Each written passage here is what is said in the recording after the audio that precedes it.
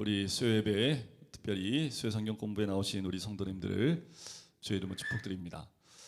오늘은 이제 골로새서 말씀을 함께 나눕니다. 이 골로새서는 특별히 기독론적인 말씀이에요. 그 이유가 있습니다. 에베소서는 교회론적 서신이라고 말씀드렸죠. 그런데 이 골로새서는 기독론적인 말씀입니다. 그 말은 뭘까요? 예수 그리스도에 대한 복음이 아주 정확하게 잘 기록되어 있습니다.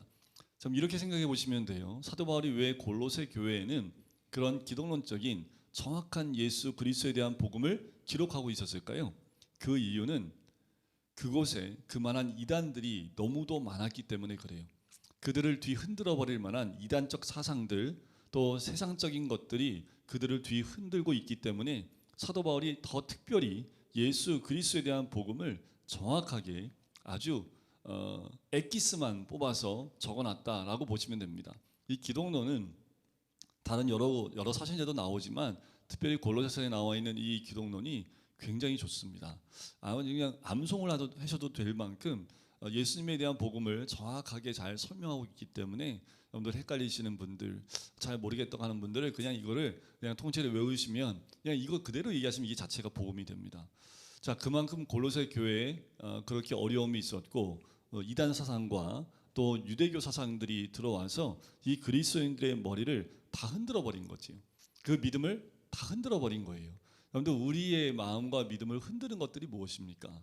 다른 거 없어요. 복음에 대한 그 믿음과 복음에 대한 그 정확한 것을 알지 못하면 수시로 우리는 흔들립니다. 아주 간단한 건 뭐냐면 삶이 어려우면 흔들려요. 그리고 내가 생각된 대로 삶이 흘러가지 않으면 흔들려요. 복음이 진짜 무엇인지 알면 흔들림이 없습니다. 환경에도 흔들리지 않고요. 어떤 사상이 들어와도 흔들리지 않고요. 주의 뜻, 하나님의 뜻이 무엇인지 정확하기 때문에 흔들림이 없습니다. 근데 왜 우리가 흔들립니까? 복음이 약하기 때문에 그래요. 진리가 약하기 때문에 그래요. 하나님의 뜻이 정확하지 않기 때문에 그렇습니다. 그래서 우리가 말씀을 더 가까이 하고 말씀이 들리는 귀가 열려야 되고 그 말씀에 막 우리 가슴이 막 뚜껑 뛰어야 됩니다. 여러분들 이 러브레터 받고 막 가슴이 뛰는 게 아니라 말씀 막 듣고 막 이 가슴이 쿵쾅거려야 돼요. 하나님이 나한테 이 말씀 하시는구나, 나한테 주시는 말씀이구나 하면서 마음이 쿵쾅거려야 된다라는 거지요. 그게 깨어있는 영혼들이고 깨어서 이 마지막 때에 살고 있는 영혼들의 심령입니다. 자, 이 골로새라는 이 골로새 교회는요 특별한 특징이 있는데 무슨 특징이 있냐면 사도 바울이 간 적이 없습니다. 그런데 그 지역에 편지를 쓰고 있다라는 거예요. 보통은 사도 바울이 가서 1차, 2차, 3차 선교행을 통해서 본인이 직접 복음을 전한 그 도시에 교회를 세우고 또 감옥에 들어갔을 때 그 교회를 생각하면서 편지를 썼다고 봐야 되는데 이 골로새라는 도시는 사도 바울이 복음을 전한 적이 없습니다.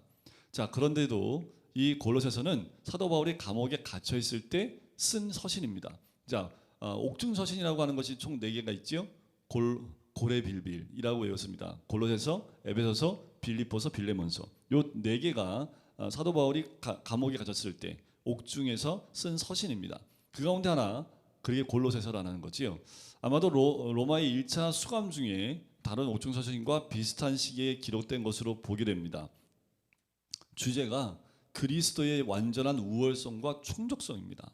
그러니까 그리스도의 우월성 그리고 충족성입니다. 그 충만함에 대해서 많이 얘기해요. 그리스도의 충만함이 하나님의 충만함. 그 충만함이라는 건 2가지입니다. 하나님의 그 형상과 그 권세가 꽉 차 있다는 얘기입니다. 그러니까 예수 그리스도 딱 보면 그냥 하나님이에요. 그리고 하나님의 권세가 꽉 차 있는 모습, 그 충만함이 있는, 그래서 그리스도의 충족성, 충만성을 얘기합니다. 자, 그러면 골로새서를 언제 전했을까? 언제 복음을 전달받았을까? 그걸 이때로 봅니다. 자, 3차 선교행 때 사도 바울이 복음을 전했던 곳이 어디입니까? 거기가 에베소잖아요. 에베소에서 3년 동안 복음을 전하죠. 그 가운데 2년 동안은 어디에 머무르냐면 어디서 복음을 전하냐면 그 두란노 서원이라는 곳을 열어서 거기서 복음을 전합니다. 2년 동안. 그래서 그 주변에 있는 아시아에 있는 사람들이 다 와서 복음을 들었던 곳, 그게 에베소에 있는 두란노 서원입니다. 자, 그 두란노 서원에 누가 왔냐 하면 이 골로새 도시에 교회를 개척한 에바브라라는 사람이 오게 됩니다. 자, 그걸 어떻게 알 수 있냐? 이 사도행전에 나오지 않아요. 그런데 골로새서에 보면 이 에바브라에게서 복음을 배운이라는 표현이 나오는 걸 보면 에바브라를 통해서 복음이 전달됐다는 것을 알 수 있고, 그러면 에바브라라는 사람이 골로새 출신인데 어떻게 복음을 전달받았을까? 그것은 바로 사도 바울이 이 에베소에서 복음을 전할 때 그때 이 에바브라가 복음을 받아들이게 되고 그 복음을 가지고 자기가 살고 있는 도시인 골로새를 가서 복음을 전한 것이다라고 추정이 됩니다. 자, 이 골로새라는 도시가요 특징적인 게 있습니다. 뭐냐면 여러분들 라오디게아라는 도시를 아실 겁니다. 라오디게아는 여러분들 요한계시록에 보면 그 교회 가운데 맨 마지막 교회, 헐벗은 교회, 그냥 굉장히 풍요롭지만 헐벗은 게 안약을 사서 눈에 바르라라고 또 책망을 받았던 교회, 이 교회입니다. 자, 라오디게아 교회는 어떤 도시냐면 금융업이 굉장히 발달된 도시입니다. 그때 당시에 지진으로 그 도시들이 다 파괴됐는데 유일하게 자력으로 도시를 재건했던 도시가 라오디게아입니다. 근데 이 골로새가요 라오디게아와 굉장히 가깝습니다. 약 한 19km 정도 떨어져 있습니다. 자, 또 하나의 도시가 있는데 히에라볼리라는 도시가 있습니다. 히에라폴리스라고도 하고 베드로전서에는 히에라볼리가 나옵니다. 자, 히에라볼리, 골로새서, 라오디게아가요 세 꼭지점을 이루는 3대 도시입니다. 그 주변에. 그래서 라오디게아의 도시에 두 개의 물줄기가 들어오는데 하나는 뜨거운 온천물이 들어오고요, 하나는 아주 차가운 생수가 흘러 들어옵니다. 그래서 너희는 뜨겁지도 않고 차갑지도 않고 미지근하다는 신앙을 라오디게아 그 교회 성도들에게 얘기했던 건 뭐냐면 골로새라는 도시에서는요 아주 차가운 생수가 흘러나옵니다. 거기서부터 주변에 있는 도시에 그 물이 흘러가는데 이 골로새라는 도시에서 라오디게아 그 도시가요 수로를 만듭니다. 지금도 지금 터키죠. 튀르키예 가면요 그 수로의 일부가 남아져 있습니다. 지금도 대단하지요. 몇천 년이 됐는데도 그 수로가 남아 있어요. 그 수로를 통해서 물이 흘러옵니다. 대신에 지금처럼 땅 속에 이렇게 묻어놓은 게 아니라요, 이렇게 지상 위에 이렇게 반원 형식으로 해서 물이 흘러갈 수 있도록 통로를 만들어 놓은 거예요. 그 통로가 지금도 남아져 있는데 거기서 물이 골로새라는 도시에서부터 그 아주 차가운 생수가 들어올 수 있도록. 왜 그랬냐면 라오디게라는 도시는 물이 굉장히 안 좋습니다. 돈은 많은데 물이 안 좋으니까 수로 작업을 해가지고 물을 끌어들인 거예요. 자, 히에라볼리라는 것은 파무칼레라는 그 목화섬이라는 그런 뜻을 갖고 있는 파무칼레라는 아주 뜨거운 온천물이 나옵니다. 지금도 온천물이 흘러요. 근데 한국 사람인지 모르겠지만 동양 사람들이 하도 가서 온천물을 많이 써가지고 거기 온천에 못 들어가게 막아놨습니다. 지금은. 제가 이제 15년 전에 갔을 때는 발은 담글 수 있는데 온천을 못 하게 했어요. 사람들 온천물을 쓰니까 오염되잖아요. 그러니까 이게 동양 사람들 온천물 좋아하죠. 특별히 한국 사람, 일본 사람들, 뭐 중국 사람은 모르겠어요. 중국 사람들 잘 안 씻죠. 이러면 또 네. 그런데 일본도 뭐 그 온천 문화가 발달되어 있지만 우리나라도 온천 문화가 발달되어 있죠. 그러니까 한국 사람이 일본 사람들이 많이 방문하면서 온천을 많이 쓰니까 이게 이제 국가적으로 그걸 이제 보호해야 되니까 막아놨습니다. 자, 거기가 이제 히에라폴리인데 온천물이 나와요. 그래서 한쪽 물이 흰색으로 되어 있습니다. 산에서부터 이 온천물이 막 내려오는데 그 성분 때문에 그 산 자체가 언덕이 하얀색으로 되어 있어요. 그래서 파무칼레라는 그 뜻을, 목화성이라는 그 의미를 갖고 있는 게 흰색으로 되어 있기 때문에 그래요. 거기서도 수로를 만들어 가고요, 라오디게아 도시로 물을 끌어들였습니다. 그러니까 이 세 개의 도시가 멀지 않고 꼭지점을 이루고 있는 세 개의 도시, 그 가운데 하나가 골로새 도시라는 곳입니다. 바로 이곳에 복음이 전달됐고요. 그리고 히에라볼리도 복음이 전달됐고요. 거기에 보면 사도 빌립 있지요. 빌립을 위한 빌립 기념교회가 세워져 있었던 것이 발굴이 됐습니다. 그러니까 사도 빌립이 거기서 복음 전하다가 순교했다라고 이야기를 해요. 그래서 히에라볼리 지금 가도 사도 빌립을 위한 그게 이제 세워졌다고 얘기를 해요. 자, 그래서 요걸 보면 이제 그 안에 골로새서는 그럼 어떤 교회였는지 특징을 보면, 자, 바울이 로마에 1차 투옥된 후 각종 이단 사상이 골로새 교회에 침투함으로써 교회는 큰 어려움에 처해 있는 상황이 됩니다. 아마 이 소식을 들은 것 같아요. 사도 바울이 직접 복음 전하지 않았지만 교회 소식들이 들려오면서 특별히 골로새에는 이런 이단 사상들이 많이 들어와서 교회가 큰 어려움에 처해 있다는 소식을 듣게 되고, 그래서 특별히 이 골로새서라는 편지를 쓰게 되는 거지요. 기록 목적을 보면 두 가지입니다. 당시 골로새 교회에 침투한 혼합주의적 이단 배경입니다. 네 가지가 있는데, 첫 번째는 유대주의, 잘 알고 있는 유대주의입니다. 그 두 번째는 거짓 철학, 세 번째는 신비주의입니다. 천사를 숭배하는 신비주의, 네 번째는 굴욕주의입니다. 약간씩 복음에서 벗어난 것도 있고 완전히 복음을 배척하는 그 이단 사상들이 있죠. 두 번째는 그렇기 때문에 그리스도의 진리를 강조하는데 바른 기독론을 확립하는 것이 골로새서를 쓰게 된 가장 중요한 목적이 되어지게 되는 거죠. 자, 특징은 옥중사전이라고 말씀드렸고요. 에베소서와 비슷한 것이 많습니다. 기독론을 강조하다고 제가 말씀을 드렸고요. 또 바울이 직접 세운 교회가 아니라고 말씀을 드렸고요. 그리고 이단 사상 배경을 위해 기록했음도 제가 말씀을 드렸습니다. 자, 이제 우리 본론으로 한번 들어가 볼까요? 우리가 사도 바울이 이 골로새 도시를 향해서 무엇을 말하고 있는지 한번 보도록 하겠습니다. 자, 항상 사도 바울이 편지를 쓰면 1절과 2절 가운데 쓴 사람과 받을 사람 그리고 받는 사람에게서 대해서 축복하면서 시작을 한다 말씀을 드렸죠. 그래서 1절에 보면 이렇게 시작을 합니다. 문안 인사를 하지요. 하나님의 뜻으로 말미암아 그리스도 예수의 사도된 바울과 형제 디모데는, 자, 사도로서의 권위를 이야기하면서 또 함께 디모데가 이 편지를 썼음을 이야기를 합니다. 자, 2절에 보면 받는 사람이 나옵니다. 골로새에 있는 성도들 곧 그리스도 안에서 신실한 형제들에게 편지하노니, 다시 말씀을 드리면 성도들에게 이 편지를 쓴다라는 거지요. 그리고 하나님으로부터 은혜와 평강이 너에게 있을지어다 하면서 이제 골로새 도시에 대해서 그 성도들에 대해서 감사 기도한 부분을 이야기합니다. 자, 3절부터 12절까지가 사도 바울이 그들을 위해서 기도할 때마다 감사하는 이유에 대해서 설명하고 있습니다. 참 골로새라는 도시가 얼마나 믿음 가운데 잘 세워졌던, 복음 가운데 정말 잘 세워졌던 도시였는지를 사도 바울의 이 기도와 간구를 통해서 우리는 깨달아 알 수 있습니다. 자, 제일 먼저 등장하는 그 이유, 감사하는 이유가 뭐냐면 4절과 5절에 나와 있는데 참 부러울 정도입니다. 뭐냐면 4절에 보면 그리스도 예수 안에 너희의 믿음과 모든 성도에 대한 사랑을 들었고 너희를 위하여 하늘에 쌓아둔 소망으로 말미암음이니 곧 너희가 전에 복음 진리의 말씀을 들은 것이라. 그러니까 복음 진리 말씀 위에 믿음과 소망과 사랑 가운데 이들이 살고 있음을 보여주고 있는 거예요. 이게 복음입니다. 복음이 들어오면 그 복음 가운데 세 가지가 이들 가운데 특징이 드러난 것이요. 예수 그리스도 안에서의 너희 믿음, 바로 그리스도 안에서의 믿음과 그리고 성도들 서로 간의 사랑과 그리고 소망을 하늘에 쌓아둔 그 삶을 살았던 너희들이 바로 복음의 진리의 말씀을 그 들은 대로 살았기 때문에 내가 너무 감사한다 라고 얘기하는 거예요. 여러분들 이걸 꼭 들으셔야 됩니다. 복음이 내 안에 들어오면 이 믿음과 소망과 사랑이 우리 가운데 있고 그 세 가지의 대표적인 그 열매들이 우리 삶 가운데 드러나게 되어져 있음을 이 골로새 성도들을 통해서 우리에게 알려주고 있는 거지요.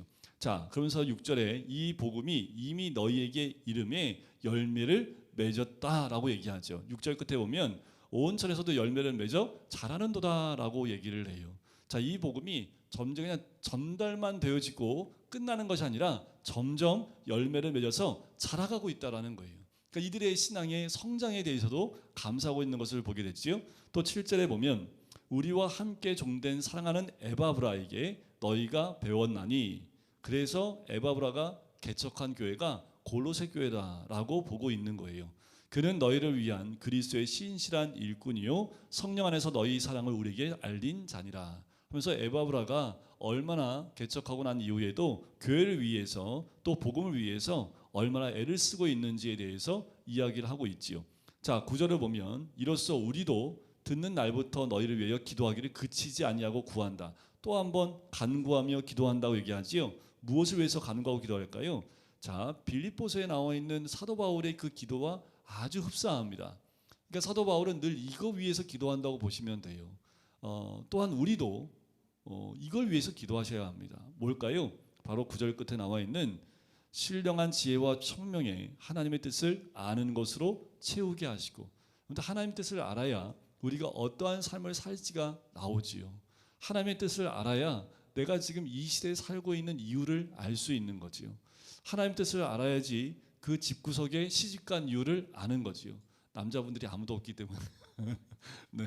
왜 그 집구석에 내가 시집을 가서 거기서 왜 내가 살고 있는지, 그게 하나님 뜻을 알아야 내가 그 뜻대로 순종할 수 있는 거지요. 그 뜻을 모르면요, 그냥 계속 원망하는 겁니다. 내 이 집구석에 시집와가지고 내가 이 모양 이 꼴로 평생 동안 내 몸 망가지고 먼저 막 이런 불평하는 거예요. 내가 왜 이 시대에 태어나가지고 더 좋은 때 태어났으면 하면서, 내가 더 좋은 집에 태어났으면, 다 이런 걸 얘기하는 거지요. 근데 하나님의 뜻은요, 우리가 있는 그 자리에 있습니다. 그 뜻을 깨닫게 되면, 그 뜻을 알게 되면 그 뜻대로 순종할 수 있기 때문에 사도 바울도 하나님의 뜻을 아는 것으로 채우게 하시고라는 거예요. 자, 우리도 기도할 때 하나님의 뜻을 아는 그것으로 채워달라고 기도하셔야 합니다. 혹시 깨달음이 부족하거나 내가 불평하고 있는 부분이 있다면 그 부분을 깨닫지 못한 겁니다. 그냥 깨닫게 해달라고 기도하셔야 돼요. 그리고 10절에 보면 주께 합당하게 행하여 범사에 기쁘시게 하고, 자, 주를 기쁘시게 하는 그런 사람이 되기 위해서 기도하고, 더 나아가서 10절 끝에 보면 열매를 맺게 하시며 하나님을 아는 것에서 자라게 하시고, 자, 아는 것에서 끝나는 것이 아니라 알면서 자라나게 해달라고 기도를 하지요. 하나님을 범사에 기쁘시게 하기도 하고, 또 열매도 맺게 해서 하나님을 아는 것에서 자라게 하시는 거지요. 그러니까 우리가 말씀을 가까이 하는 이유가 여기 있습니다. 자라야 되기 때문에 그래요. 우리가 아이가 태어나면 자라야 되는 것처럼, 우리가 예수 그리스도를 믿고 또 복음 가운데 나올 때는 그 다음 해가 거듭할수록 자라야 됨을 우리는 알아야 합니다. 또 11절에 보면 그의 영광의 힘을 따라 모든 능력으로 능하게 하시며 기쁨으로 모든 견딤과 오래 참음에 이르게 하시고, 자, 모든 능력으로 능하게 하시고, 어떤 힘을 따라서요? 영광의 힘을 따라서. 그래서 여러분들 이 능력이 있어야 우리가 어떠한 어려움도 극복하고 이겨낼 수가 있기 때문에 그래요. 이게 어떤 이적을 행하는 능력을 말씀하는 게 아닙니다. 사도 바울이 빌립보서 4장 끝에 얘기했던 것처럼 어떤 환경이나 어떤 일에나 모든 것을 감당할 수 있는 그 능력이 내 안에 있음을 고백을 하지요. 그게 바로 내게 능력 주신 자 안에서 내가 모든 것을 할 수 있다라고 말했던 것처럼 그 능력이 능하게 하는 겁니다. 더 나아가서 선한 일의 열매를 맺게 하시며 그리고 기쁨으로 모든 견딤과 오래 참음에 이르게 하시고, 자, 신앙 가운데, 믿음 가운데 가장 핵심적인 것 가운데 하나가 뭐냐면 인내입니다. 인내의 믿음이에요. 그래서 인내에 이르게 해달라는 거지요. 그리고 12절 끝에 아버지께 감사하게 하시기를 원하노라 하면서 이들을 위한 중보기도가 마무리가 됩니다. 그러면서 바로 이어지는 게 13절부터 마지막 23절까지 13절부터 23절까지의 내용이 그리스도의 신분과 사역에 대한 기독론의 정수라고 할 수 있는 굉장히 중요한 부분을 13절부터 23절까지 정리해 놓고 있습니다. 굉장히 중요합니다. 여러분들 이 복음에 아주 짧고 굵고 핵심적인 걸 다 정리해 놨다 해도 과언이 아닐 만큼 굉장히 중요하게 정리되어져 있습니다. 자, 이건 되게 중요하기 때문에 한 절 한 절 다 좀 보면서 넘어가도록 할게요. 13절에 보면 그가 우리를 흑암의 권세에서 건져내사. 자, 우리는 어디에서 건져냄을 받은 거예요? 흑암의 권세에서 건져냄을 받은 사람입니다. 그의 사랑의 아들의 나라로 옮기셨으니, 우리는 그래서 하나님 나라로 옮겨진 하나님 나라 백성이라는 거지요. 자, 14절에 보면 그 아들 안에서 우리가 속량 곧 죄사함을 얻었도다. 바로 그리스도 안에서만 참 속죄함이 있고 속량함이 있다라는 겁니다. 자, 그리스도 안에서만 이게 가능해요. 자, 왜냐하면 보면 15절, 그분이 어떤 분인지 소개합니다. 그는 보이지 아니하는 하나님의 형상입니다. 자, 하나님의 형상이 보이지 않지요. 그런데 그분 자체가 하나님의 형상 자체입니다. 그리고 모든 피조물보다 먼저 나신 이시니, 자, 먼저 나신 이라는 것은 이런 의미가 있어요. 하나 아버지의 대행자요 상속자인 장자의 의미가 있습니다. 모든 피조물보다 먼저 나시니까, 제일 먼저 났으니까 장자지요. 그러니까 상속자인 장자를 의미합니다. 만물이 그에게서 창조되되, 그러니까 만물이 우리 예수님을 통해서 창조됐다는 거지요. 하늘과 땅에서 보이는 것들과 보이지 않는 것들과 혹은 왕권들이나 주권들이나 통치자들이나 권세들이나 만물이 다 그로 말미암아 그를 위하여 창조되어졌고라는 거예요. 자, 창세기 1장에는 만물의 창조를 설명하고 있는데, 지금 그 창조를 넘어서서 보이는 것과 보이지 않는 것, 왕권들과 주권들, 통치자들이나 권세들, 그 모든 만물을 다 창조했다고 얘기합니다. 그러니까 역사를 창조하고 계시고 지금도 우리의 모든 것을 만들고 창조하고 계시는 분, 그분이 우리 예수 그리스도라는 거예요. 그래서 모든 것이 다 그로 말미암아 된 거고, 모든 것은 뭐예요? 그를 위하여 창조된 겁니다. 자, 모든 것이 누굴 위해 창조됐어요? 그리스도를 위해 창조된 거예요. 저는 어떻게 왜 나왔을까 이 땅에? 그리스도를 위해서 이 땅에 나온 거예요. 여러분들 이 땅에서 호흡하고 사는 이유가 뭐예요? 그리스도를 위해서 호흡하고 살고 있는 거예요. 그러니까 그분의 영광을 위해서 창조되어졌다라고 말씀을 하고 있는 거지요. 그러니까 예수 그리스도가 만물의 궁극적인 주체다라는 거예요. 그러니까 모든 것이 근원이면서 모든 것을 위해서 존재하시고 모든 것을 통해서 영광 받으시는 분이 바로 그분이다라고 설명하고 있는 겁니다. 17절 보세요. 또한 그가 만물보다 먼저 계시고 만물이 그 안에 함께 섰느니라 라고 얘기를 하지요. 만물이 있기 전부터 계셨던 분인 것을 설명하면서 18절 그는 몸인 교회의 머리시라. 그런 분이 교회의 머리십니다. 에베소서 1장에 이 얘기가 나오지요. 그는 몸인 교회의 머리시라. 그가 근본이시며, 이 근본이라는 말은 헬라 말로 아르케라는 단어를 쓰는데 이 아르케는요 요한복음 1장 1절에 나옵니다. 태초에 말씀이 계시니라. 그 태초에 쓰였던 단어가 아르케입니다. 그러니까 여기서 말하는 근본은 그 아르케, 태초라는 의미죠. 처음이라는 의미입니다. 그러니까 시작이라는 의미예요. 그의 머리신데 그가 시작이라는 거지요. 그가 처음이라는 거예요. 죽은 자들 가운데서 먼저 나신 이시니 부활을 의미하겠죠. 이는 친히 만물의 으뜸이 되려 하심이라. 으뜸이 되려 하심이라는 것은 으뜸이 되셨다라는 겁니다. 미래적인 의미가 아니라요, 이미 되셨다라는 그 의미예요. 이는 친히 만물의 으뜸이 되셨음이요라는 거예요. 이미 부활하신, 부활의 첫 열매가 되셨죠. 그러니까 만물의 으뜸이 되신 겁니다. 자, 아버지께서는 모든 충만으로 예수 안에 거하게 하시고, 그래서 이 모든 충만이라는 그 충만은 뭐냐면 가득 채운다라는 의미입니다. 뭘로 채웠을까요? 하나님의 속성 그리고 권능의 전부를 나타내는니다. 그러니까 이 충만 안에는 뭐예요? 하나님의 속성이 충만한 겁니다. 그러니까 예수 그리스도 안에 하나님의 속성이 충만하고요, 넘쳐나는 거죠. 더 나아가서 하나님의 권능이 함께하는 그 충만으로 예수 안에 거하게 하신 거죠. 그래서 20절부터 22절까지는 십자가의 피로 화평을 이루신 겁니다. 그것은 하나님과 우리, 바로 만물 곧 땅에 있는 것들이나 하늘에 있는 것들이 그로 말미암아 자기와 화목하게 되기를 기뻐하십니다.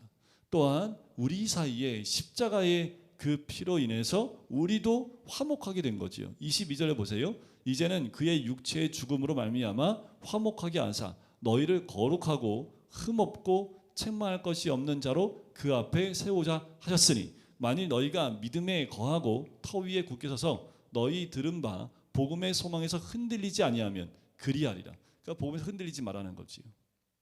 그런 우리들 하나님 앞에 화목하게 되었고 화평을 이룰 뿐만 아니라 우리로 하여금 거룩하고 흠없고 책망할 것이 없는 자로 세우시는 분입니다. 이 복음은 장차 만민에게 전파된 바요 나 바울은 이 복음의 일꾼이 되었노라.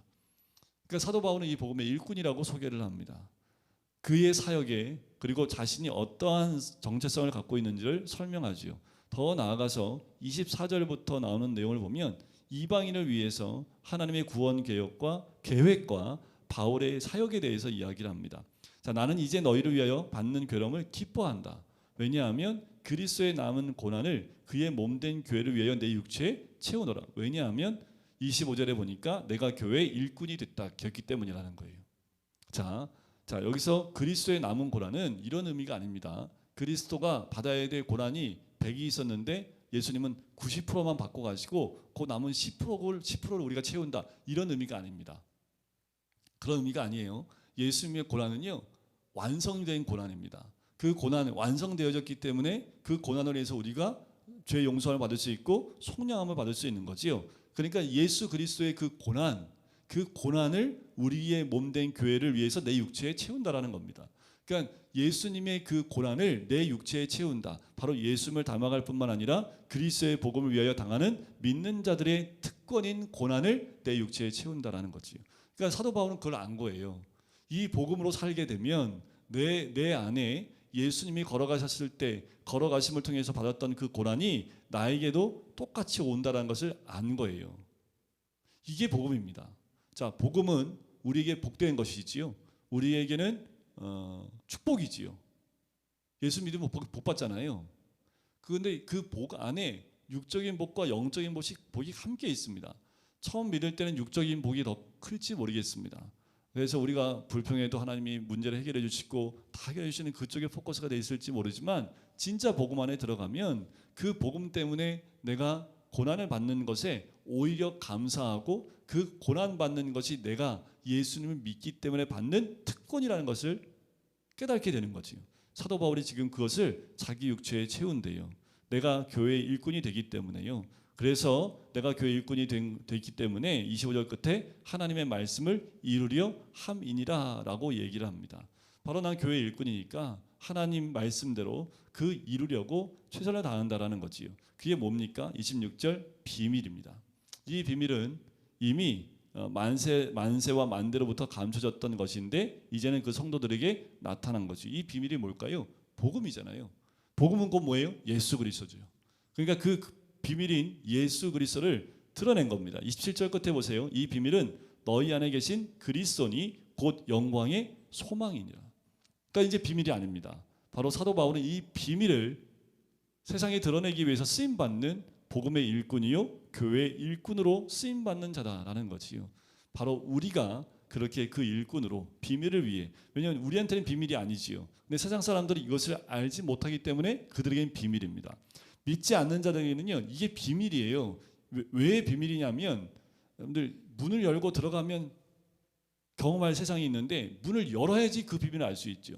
금고에 뭐가 있는지 어떻게 알아요? 열어봐야지 알지요. 그러니까 우리 열어봤잖아요. 근데 사람들한테 야 금고 안에 이거 있어. 근데 어떻게 믿어요? 그들이 봐야지 알지. 안 믿잖아요. 그러니까 그들한테는 그게 뭐예요? 비밀입니다. 그래서 우리는 야 그거 비밀 아니야. 이거 열어봐. 계속 하는데 에이 안 믿으면서 열어보지도 않아요. 열어보면 똑같이 될까 봐. 그래서 안 보는 거예요.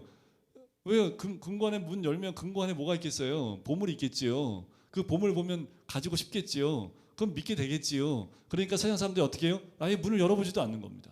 그러니까 그들한테는 여전히 뭐예요? 비밀이지요. 하지만 우리는요. 그 비밀을 세상에 드러내는 이 사도 바울과 같이 일꾼으로 쓰임받는 자가 되는 거지요. 그래서 28절 보세요. 우리가 그를 전파하여 각 사람을 권하고 모든 지혜로 각 사람을 가르침은 각 사람을 그리스도 안에서 완전한 자로 세우려 함이다라는 거지요. 그래서 완전한 자는 흠이 없고 뭐 완벽하다 그런 의미보다는 충분히 자라서 성숙한 자라는 의미입니다. 그러니까 여기서 완전한 자라는 것은 성숙한 자로 세우려 함이라는 거지요. 바로 저도 이와 같은 마음이고 저도 성장하고 완전한 자로 세워져야 될 사람이지만 우리 성도님들을 또 저를 통해서 이 말씀을 함께 나눔을 통해서 가르침을 받아서요 각 사람을 그리스도 안에 완전한 자로 세우려고 하는 것이 사도 바울의 뜻이기도 하고 지금 이 땅에 있는 모든 목사들의 마음이기도 하지요.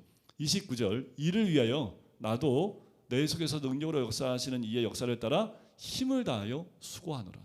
이것을 위해서 수고하는 거예요. 사도 바울은요 비밀을 전할 뿐만 아니라 이 비밀을 통해서 각 사람을 가르침을 통해서 그들이 충분히 성숙한 자가 되는 데까지 이르도록 하는 것이 바로 이 사도 바울이 힘을 다하여 수고하는 방향성을 이야기하고 있는 거지요. 자, 이제 2장에 넘어가면 이단 사상에 대해서 얘기를 합니다. 자, 2장 1절 한번 보세요. 내가 너희와 라오디게아에 있는 자들과 라오디게아가 바로 나오잖아요. 그만큼 이때 당시에는요. 이 에바브라가 그런 얘기가 있어요. 에바브라가요. 이 세 지역의 사역자라고 보기도 합니다. 세 지역의 사역자로 보는 이유가 뭐냐면 가까이 있는 도시이고 또 사역자가 부족했기 때문에 한 사람을 통해서 세 개의 도시의 교회를 함께 관장하게 했다라는 기록이 있기 때문에 이때 당시에 이 라오디아에 있는 자들과라는 그래서 이게 회람서신이기도 합니다. 골로새 너희만 보지 말고 라오디아에 있는 자들에게도 이 복음을 이 편지를 함께 읽어라라는 그 의도이기도 하지요. 그래서 내가 너희와 라오디아에 있는 자들과 무릇 내 육신의 얼굴을 보지 못한 자들을 위해서 얼마나 힘쓰는지를 너희가 알기를 원하노니 하면서 자 2절 끝에 보면 자 확실히 이해의 모든 풍성함과 하나님의 비밀인 그리스도를 깨닫게 하려 함이니 계속 말씀하는 것이 그리스도를 깨닫게 하는 거지요. 왜냐하면 3절 참 중요합니다. 그리스도 안에, 그 안에는 지혜와 지식의 모든 보화가 감춰져 있느니라. 여러분들 이 보화를 다 발견하셨습니까? 그리스도 안에 이 보화가 있잖아요. 그러니까 우리가 그리스도 안에 있으면 뭘 발견해요? 이 보화를 발견해요. 이 보화가 뭐예요? 지혜와 지식의 모든 보화입니다. 예수 안에 이게 감춰져 있는 거예요. 그러니까 우리가 예수 안에 있으면 뭘 캐는 거예요? 늘 보화를 캐는 삶을 사는 겁니다. 그러니까 그리스도를 알아가는 건 뭐냐면 이 보화를 캐내어 간다라는 그 의미와 함께 연결되어 있는 거예요. 그러니까 믿음의 신앙생활이 재미있고 막 재밌는 건 뭐냐면 다른 게 아니라요. 이 말씀 안에서 그리스도의 보화를 캐낼 때마다 느껴지는 그 즐거움과 기쁨이 있어야 된다는 겁니다. 사도 바울은 왜 이 얘기를 하냐면요. 사도 바울이 예수 그리스도를 다메섹에서 만나고 난 다음에 대략 한 3년 동안 이 아라비아에 갔다가 다메섹에서 돌아오는 그 기간 가운데 사도 바울이 그리스도 안에서 이 보화를 다 캐낸 사람입니다. 그래서 이 보화를 가지고 전달하고 이 비밀을 알려주는 사람이 됐던 거예요. 그러니까 사도 바울이 이걸 알지요. 그러니 그 안에 지혜와 지식의 모든 보화가 감춰져 있다라고 소개를 하고 있는 거예요. 이걸 알아야지 이단 사상에 넘어가지 않습니다. 세상에 지금 흘러가는 것에 우리가 동조하지 않게 된다라는 거예요. 여러분들 예를 보면 지금 독일에서 어떤 일이 벌어지고 있냐면 올해 안에 여러분들 대마초가 뭔지 아시죠? 대마초 피워보신 분? 우리나라는 불법입니다. 마리화나라고 얘기하죠. 어쨌든 각 뉴스에 보면 집안에서 막 그거 이렇게 키워가지고 그거 재배해가지고 사람들 팔아고 막 걸렸던 거 나오지요. 그런데 독일은 올해 말에 대마초를 합법화하는 법안이 통과된다고 합니다. 그 말 뭔지 아세요? 누구나 대마초를 피워도 법에 걸리지 않습니다. 지금 캐나다도 이 법안이 통과되어 있고요. 또 미국의 일부 주에도 이 마약을 허용하는, 그러니까 모든 마약은 아니고요. 대마초를 허락하는, 또 어떤 유럽의 굉장히 많은 부분에서도요. 이 부분을 합법화하고 있습니다. 세상이 이래요. 그러니까 논리는 이겁니다. 무슨 논리냐 하면 조만간 우리나라에서 어떤 당에서도 이 얘기를 할 것 같아요. 정치인들이. 뭐냐 하면 이런 얘기를 하는 거예요. 음성화돼서 밑에 숨어서 하고 있는 일을 양지로 끌어내서 관리하자는 의미입니다. 괜히 그럴듯하지요. 그러니까 지금 그 마약이요. 불법이니까 음지에서 막 거래가 되고 있잖아요. 그러니까 이걸 합법화하면 지금 담배 팔듯이 이제 상점 열어서 거기서 마약을 파는 거예요. 그러니까 마약을 누가 사는지 다 관리할 수 있기 때문에 그래서 합법화해야 된다는 거예요. 여기에 수긍이 되면 큰일 나는 겁니다. 그 말은 뭐예요? 지금 그것 때문에 지금 미국이나 유럽은요 밤에 밖에 못 다닙니다. 지금 미국에 한 해 총기 사고로 죽는 인원이 4만 명이 넘는답니다. 근데 실제로 나온 그 뉴스는 몇 안 된대요. 근데 거의 이 총기 사건의 핵심은 뭐냐면 마약 먹고 하는 이 범죄를 행하는 경우가 많답니다. 근데 왜 이거를 마약 때문에 된 거라고 얘기 안 하냐면요.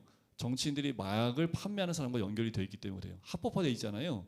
그러니까 이들이 정치인들한테 돈이 얼마나 많이 벌겠어요. 마약하는 사람들은 계속 마약 사 먹어야 되니까. 그러니까 뒷돈도 아니죠. 합법적으로 정치인들한테 후원을 하는 거예요. 그러면 정치인들이 돈이 거기서 들어오는데 이 마약 때문에 이런 일들이 일어난다고 얘기하겠어요?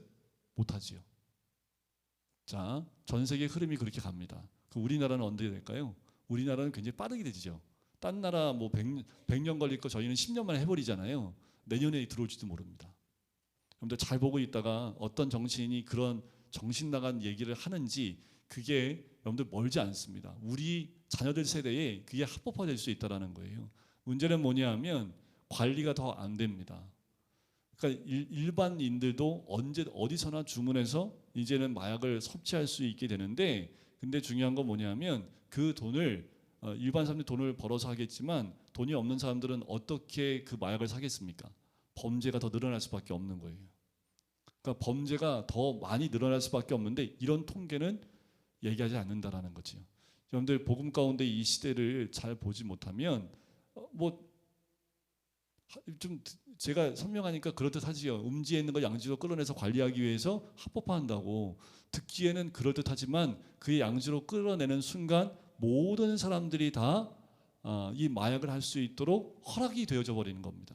그 전엔 통제가 되었고 하지 못하도록 눌러 있었고 못하도록 범죄적인 것으로 막아서 더 확산이 되지 않는, 우리나라가 마약 청정국이었다는 말을 들었던 이유는 그걸 다 정말 마약에 손댄 사람들은 무조건 굉장히 심하게 처벌했기 때문에 마약에 엄두도 못 내게 만들었던 나라였거든요. 그런데 어느 순간 마약에 대한 걸 풀어놔 버리니까 마약을 하는 사람이 5배가 늘었는데 어떤 사람은 5배밖에 안 늘었는데 뭘 그거 갖고 마약과 전쟁을 하느냐, 이런 식으로 얘기하는 정치인들도 있잖아요. 정신 나갔지요. 더 말씀드리면 그 정신 나간 그 정치인이 자기를 예수님으로 표현하고 있더라고요. 고난받고 있다고. 그러니까 말도 안 되는 짓들을 하면서 그런 말들을 하고 있는 거예요. 그런데 마약은요, 우리 정신 세계를 완전히 다 망가뜨립니다. 그거는 의학적으로도 나타나 있거든요. 마약을 하면요, 우리 뇌가 다 망가집니다. 사고 자체가 없어져 버립니다.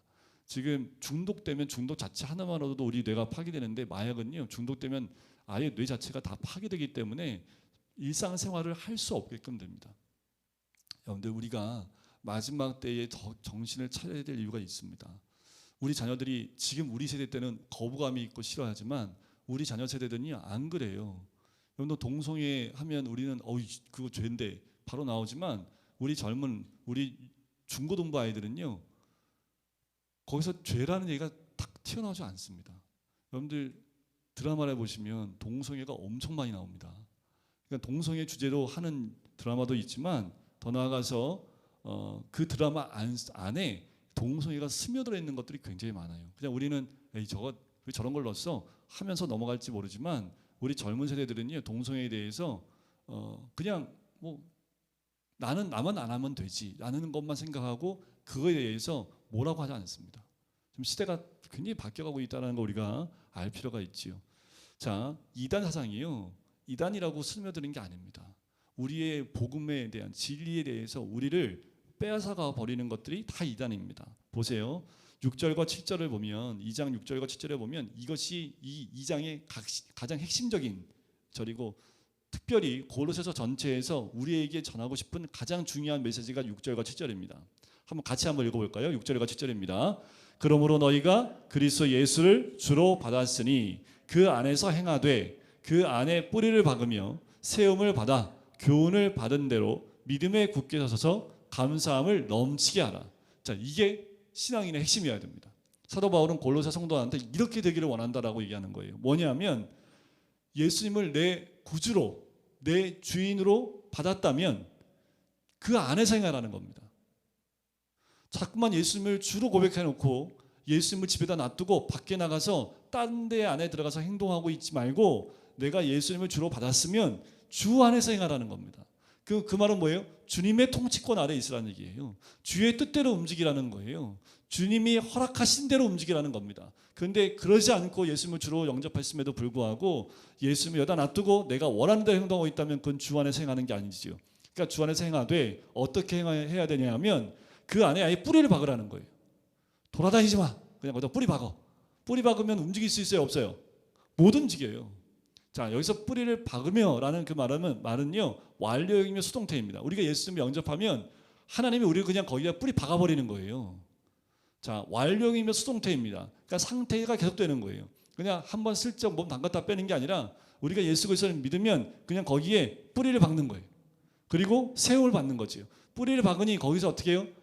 영양분을 받고 세워지는 거예요. 뿌리를 제대로 못 박으면 어떻게 될까요? 세워질까요? 안 세워질까요? 쓰러져 버리죠. 쓰러져 버려요.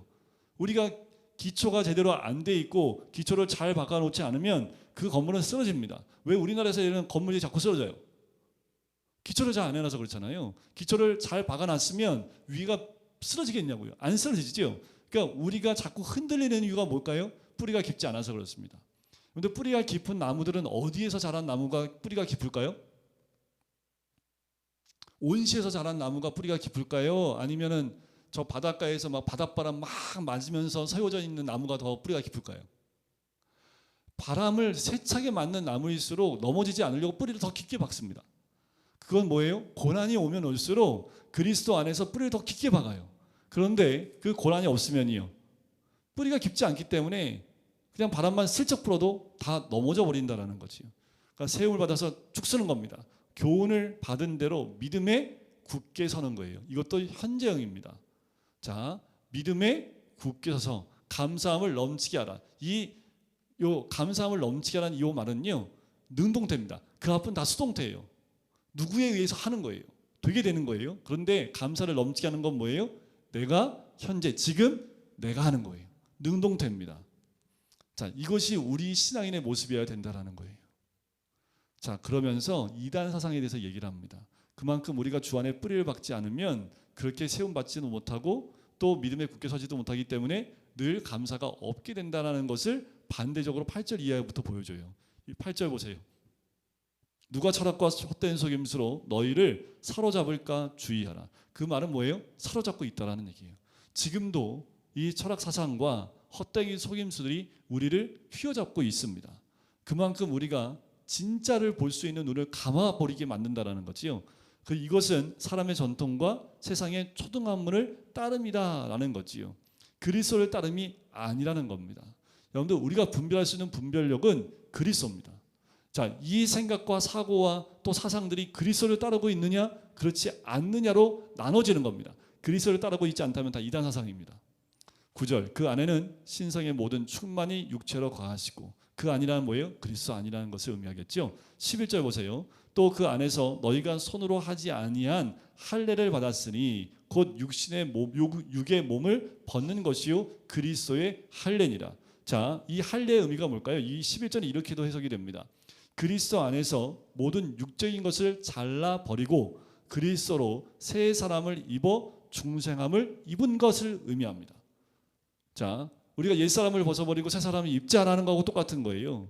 너희가 예수 그리스도를 믿음으로 손으로 한 게 아닙니다. 이건 뭐예요? 육적 할례잖아요. 그러니까 이스라엘 백성이 하는 그런 할례가 아니라 손으로 하지 아니한 할례를 받았다라는 거지요. 이제 그 뭐예요? 믿음으로 우리의 육적인 것을 다 잘라버린 겁니다. 그리고 새 사람을 입은 것을 의미해요. 그래서 12절에 세례로 또 설명을 합니다.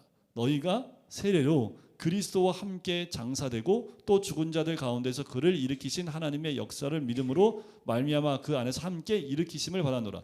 제가 그랬잖아요. 세례는 죽는 것, 죽고 다시 사는 거라고 말씀드렸죠. 사도 바울이 얘기한 겁니다. 자, 죽는 건 뭐예요? 뭐가 죽어요? 그리스도와 함께 십자가에 못 박혀 죽는 게 뭡니까? 내 육적인 것, 내 욕망, 내 탐심, 내 탐욕, 그 모든 것을 십자가에 못 박아 다 죽고 이제 예수님이 부활하신 것처럼 예수의 생명으로 다시 일으킴을 받는 것, 그것이 세례의 진정한 의미이고 세례의 삶이기도 합니다. 자, 16절 보세요. 그러므로 먹고 마시는 것과 절기나 초하루나 안식일을 이유로 누구든지 너희를 비판하지 못하게 하라. 이거는 유대주의적이지요. 그 절기들과 초하루, 안식일 이런 것들이 그들이 지키는 절기들을 얘기합니다. 자, 그것이 무엇이냐? 17절. 이것들은 장래일의 그림자이나 몸은 그리스도의 것이니라. 그러니까 이게 다 그림자예요. 실체는 뭐라고요? 그리스도라는 겁니다. 그러니까 그들이 섬기고 있는 건 뭐예요? 그림자를 섬기고 있다는 거예요. 예수님이 실체가 왔음에도 불구하고 구약적인 그 그림자만 바라보고 있는 거예요. 희미한데도 불구하고 그것이 진짜인 줄 알고 있다는 거지요. 그건 그냥 그림자일 뿐입니다. 진짜는 뭐예요? 그리스도라는 거지요. 또 18절 보세요. 아무도 꾸며낸 겸손과 청사 숭배를 이유로 너희를 정죄하지 못하게 하라. 그가 그 본 것에 의지하여 그 육신의 생각을 따라 헛되이 과장하고, 이게 뭐냐면 신비주의입니다. 여러분들, 우리 신앙인이 가장 빠지기 쉬운 게 이 신비주의입니다.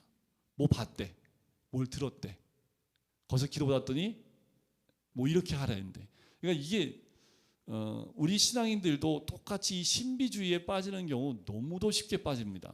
그러니까 기도받고 누가 나음을 얻었어요. 그러면 하나님께 영광 올려야 되잖아요. 그런데 거기에 몰려가요. 자, 몰려가는 이유는 아프기 때문에 가는 건 괜찮습니다. 그런데 거기에 내 중심을 옮겨버리는 경우가 있죠. 이건 굉장히 잘못된 겁니다. 왜냐하면 그 일을 행하시는 분도 그걸 통해서 자기를 드러내면 안 되고 누굴 드러내야 돼요? 그리스도를 드러내야 돼요. 자, 그와 같은 일을 행해야 되는데 거기에 함께 신비주의에 빠져들어서 거기에 휩쓸려 가게 되면요, 여기에 지금 뿌리를 박지 못하고 또 움직이는 거와 똑같아요. 말씀에 뿌리를 박아야 되고 그리스도 안에 뿌리를 박아야 되는데 이런 신비주의인 것에 우리의 마음을 빼앗길 수 있으니까 조심하라는 거죠. 자, 20절을 보세요. 너희가 세상의 초등학문에서, 이 세상의 초등학문은 저급한 인간의 지식, 영지주의자들이 주장하는 거짓된 진리, 이것을 의미합니다. 초등학문이 또 어디서 나왔던가요? 갈라디아서에서 초등학문 나왔지요. 거기서의 말하는 사도 바울이 했던 초등학문은 율법을 의미했습니다. 그런데 여기 골로새서에서 말하는 이 세상의 초등학문, 특별히 세상이라는 말을 붙인 것을 통해서 세상의 초등학문이라는 것은 영지주의자들이 주장하는 거짓된 진리, 저급한 인간의 지식들, 이런 것들을 의미합니다. 자, 초등학문에서 그리스도와 함께 죽었거든. 이 말은 뭐예요? 또 그리스도와 함께 죽었다. 이건 십자가에서 다 죽었다는 거지요. 어찌하여 세상에 사는 것과 같이 규례에 순종하느냐. 너희가 그런 거에서 이미 다 죽었고 새 사람이 돼서 하나님의 뜻과 예수 그리스도 진리 안에 거함에도 불구하고 또 왜 세상에 사는 것처럼 세상의 그 진리, 세상적인 것들을 따라가느냐라고 얘기하고 있는 거지요. 곧 붙잡지도 말고 맛보지도 말고 만지지도 말라 하는 것이니 이 모든 것은 한때 쓰이고는 없어지는 것이라. 그러니까요, 뭘 붙잡지도 말고 뭘 맛보지도 말라고요. 이런 세상적인 것, 이단적인 사상, 세상적인 것들, 여러분들 이런 것들을 붙잡지도 말고요, 맛보지도 말고요, 만지지도 말라고 하는 것이니 이 모든 것은 한때 쓰이고는 없어지는 것들이에요. 시대가 흐르면서 사라지는 것들입니다. 진리는요, 시대가 지날수록 더 선명해지는 게 진리지요.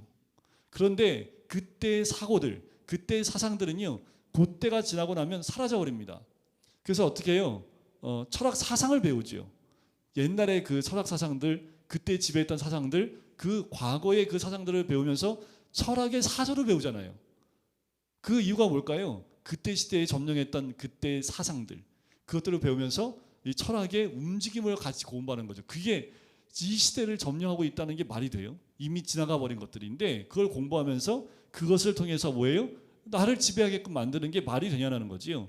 한때 쓰이고 없어지는 것들이에요. 그러니 사람의 명령과 가르침을 따르느냐라고 22절에 얘기하지요. 자, 마지막 23절 이것만 보고 우리 말씀 마칠까요? 같이 읽겠습니다. 시작. 이런 것들은 자의적 숭배와 겸손과 몸을 괴롭게 하는 데는 지혜 있는 모양이나 오직 육체에 따르는 것을 금하는 데는 조금도 유익이 없느니라.